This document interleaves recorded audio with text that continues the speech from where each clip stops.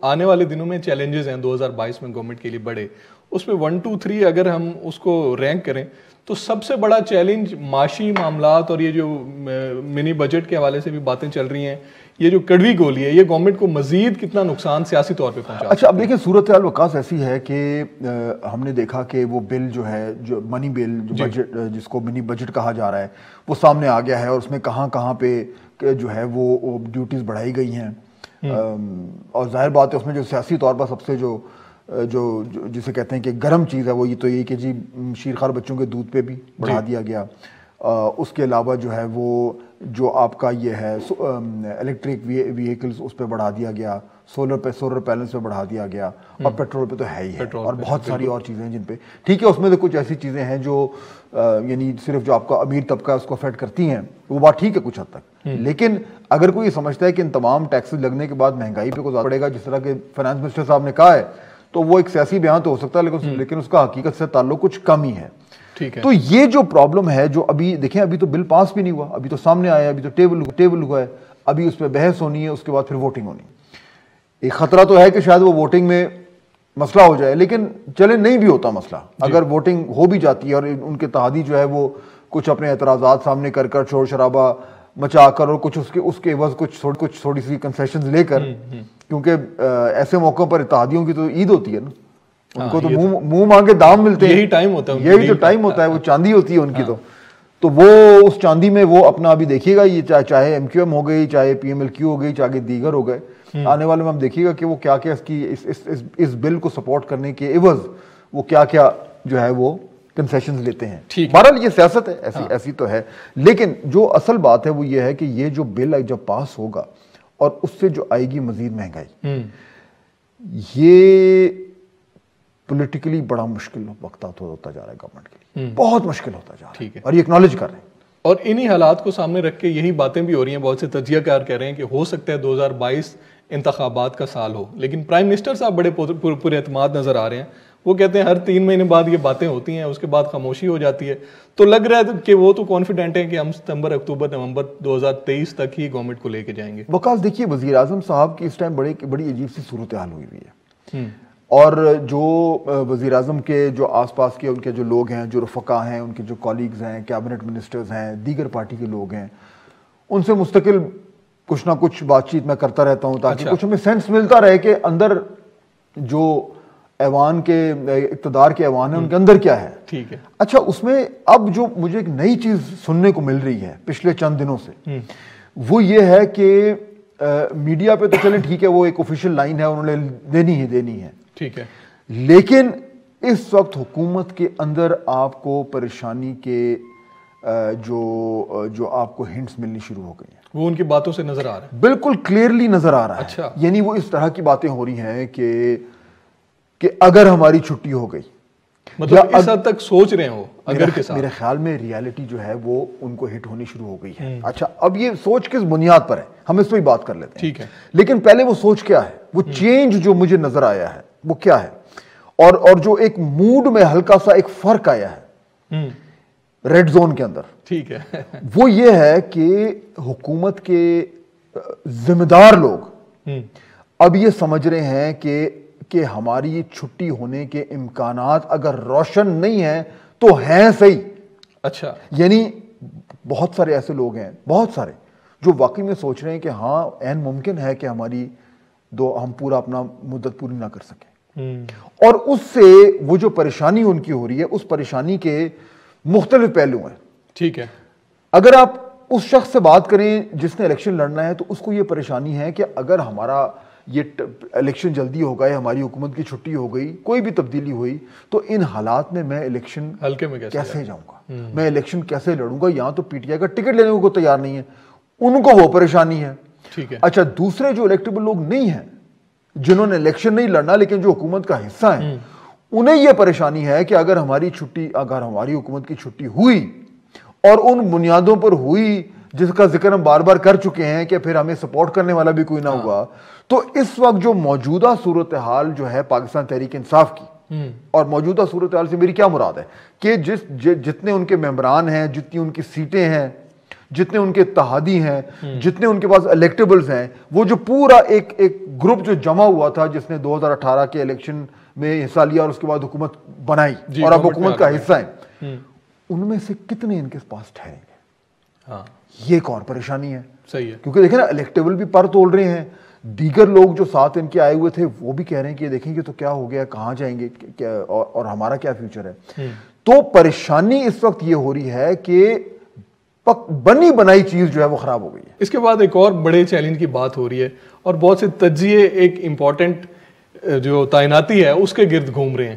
کہ نومبر میں وہ تعیناتی ہونی ہے اور اس کے بعد جو ہے وہ سیاسی معاملات کس طرف جائیں گے, وہ بڑا امپورٹنٹ فیکٹر ہوگا پرائم منسٹر کے لیے وہ ڈیسیژن لینا. دیکھیے یہ جو اپوائنٹمنٹ ہے جس کی ہم بات کر رہے ہیں وہ ہے chief of the army staff ji, اور وہ ہونی ہے نومبر میں. ظاہر بات ہے ابھی تو وقت ہے. کچھ لوگ کہتے ہیں کہ جی وہ اپوائنٹمنٹ جو ہے وہ بھی ہو سکتا ہے نومبر سے بہت پہلے جو ہے وہ وزیر اعظم صاحب کر دیں, لیکن عام طور پہ ایسا ہوتا نہیں ہے. جہاں تک مجھے یاد پڑتا ہے ایک باری ایسا ہوا ہے کہ جو نئے chief of the army staff تھے کی اپوائنٹمنٹ جو ہے وہ جو اس وقت کے موجودہ آرمی چیف تھے ان کی ریٹائرمنٹ سے پہلے ہوئی. اور یہ بات میں کر رہا ہوں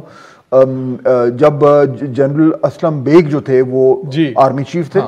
اور میرا خیال ہے یہ شاید 91 یا 92 کی بات ہے, اور جنرل آصف نواز کو اپوائنٹ کیا گیا تھا. غلام اسحاق خان صاحب جو تھے وہ اس وقت ملک کے صدر تھے, اور ان کے پاس یہ اس زمانے میں صدر کے پاس یہ اختیارات ہوتے تھے اپوائنٹ کرنے کے, پی ایم کے پاس نہیں تھے, وزیر اعظم کے پاس. انہوں نے تقریباً میرے جہاں تک مجھے یاد پڑتا ہے, ایگزیکٹ ڈیٹ مجھے یاد نہیں, لیکن مہینے 1.5 مہینے سے زیادہ پہلے اپوائنٹمنٹ نہیں ہوئی تھی. اچھا, اور اس پہ بھی بڑے مسائل کھڑے ہوئے تھے. یہ میری بات ہوئی تھی کچھ لوگوں سے جو اس وقت اس صورتحال میں موجود تھے, ٹھیک ہے, سارا دیکھ رہے تھے. اچھا, اور انہوں نے مجھے بتایا تھا کہ اس زمانے میں یہ 1.5 مہینے پہلے بھی جو اناؤنسمنٹ ہو گئی تھی اس سے بھی کچھ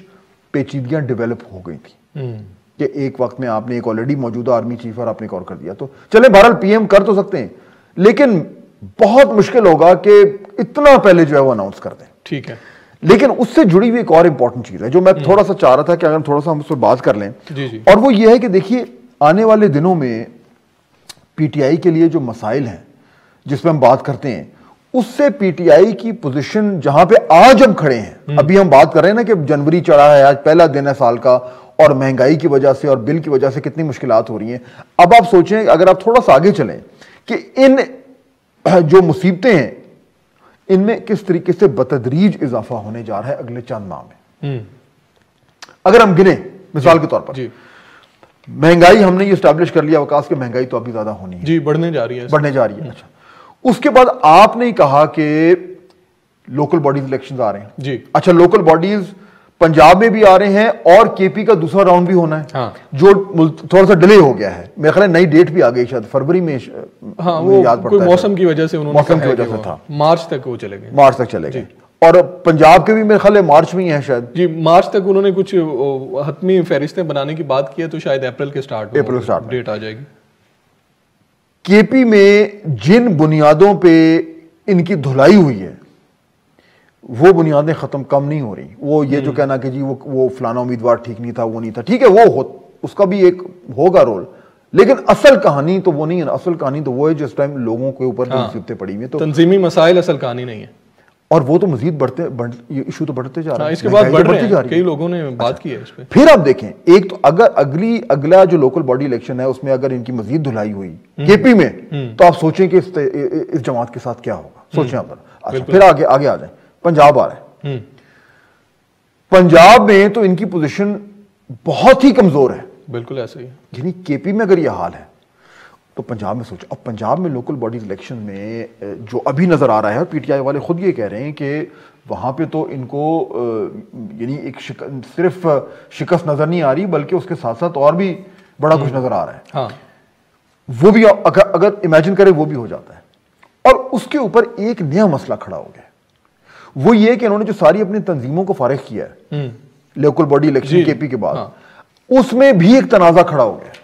جی, اور اس میں جماعت کے اندر سے لوگوں نے یہ کہنا شروع کر دیا ہے کہ جناب آپ کیسے ایک جماعت کے آئین کو خود بیٹھ کر فیصلہ کر کے اس کو باہر پھینک سکتے ہیں, کیونکہ یہ وہ آئین ہے 2019 کا آئین جو پاکستان تحریک انصاف کا بنا تھا، اس کو کئی مہینے لگا کے لوگوں نے بنایا، اس میں بڑی ایکسٹینسو جو ہے وہ کنسلٹیشن ہوئی تھی، اس کے بعد اس کو باقاعدہ لانچ کیا گیا تھا، چیئرمین جو کہ وزیر اعظم عمران خان انہوں نے اس پہ دستخط کیے تھے اور وہ الیکشن کمیشن کے پاس جمع ہوا ہے۔ اس آئین میں کہیں یہ شک موجود نہیں ہے کہ اس کو اٹھا کر ایک دم فارغ کر دیا جائے۔ تو یہاں لوگ پارٹی کے اندر بہت سارے لوگ انتہا کے پریشان ہیں اور وہ یہ کہہ رہے ہیں کہ اس جماعت نے اپنے خلاف ایک کو کر دیا۔ اور یہ بھی کہا جا رہا ہے کہ اگر کوئی بھی اس میں سے جو ہے ان کی تنظیم میں سے بندہ کورٹ میں چلا گیا تو یہ عمران خان صاحب کے لیے بڑے مسائل پیدا کر دے گا لیگلی۔ بالکل۔ اور جب آپ مسائل کی بات کرتے ہیں تو پھر ہم فورن فنڈنگ کیس کا ذکر کیوں نہ کریں؟ بالکل، وہ بھی آپ نے دیکھا کہ شروع ہو گیا ہے۔ تو یعنی کہ یہ اگلے 2-3 مہینے یہ لگاتار جو ہے وہ مشکلات میں اضافہ ہوتا جا رہا ہے، اور اس لیے جب لوگ کہتے ہیں کہ جی اس حکومت کا کے دن جو ہے وہ گنے ہوئے لگ رہا ہے کہ بڑے کم لگ رہے ہیں، تو اس میں یہ چیز فیڈ ہو رہی ہے، اور اپوزیشن کی کیلکولیشن میں بھی یہ موجود ہے کہ ان کو کمزور ہونے دو یہاں تک کہ یہ اس سٹیج پر آ جائیں کہ ان کو نکالنا بڑا آسان ہو۔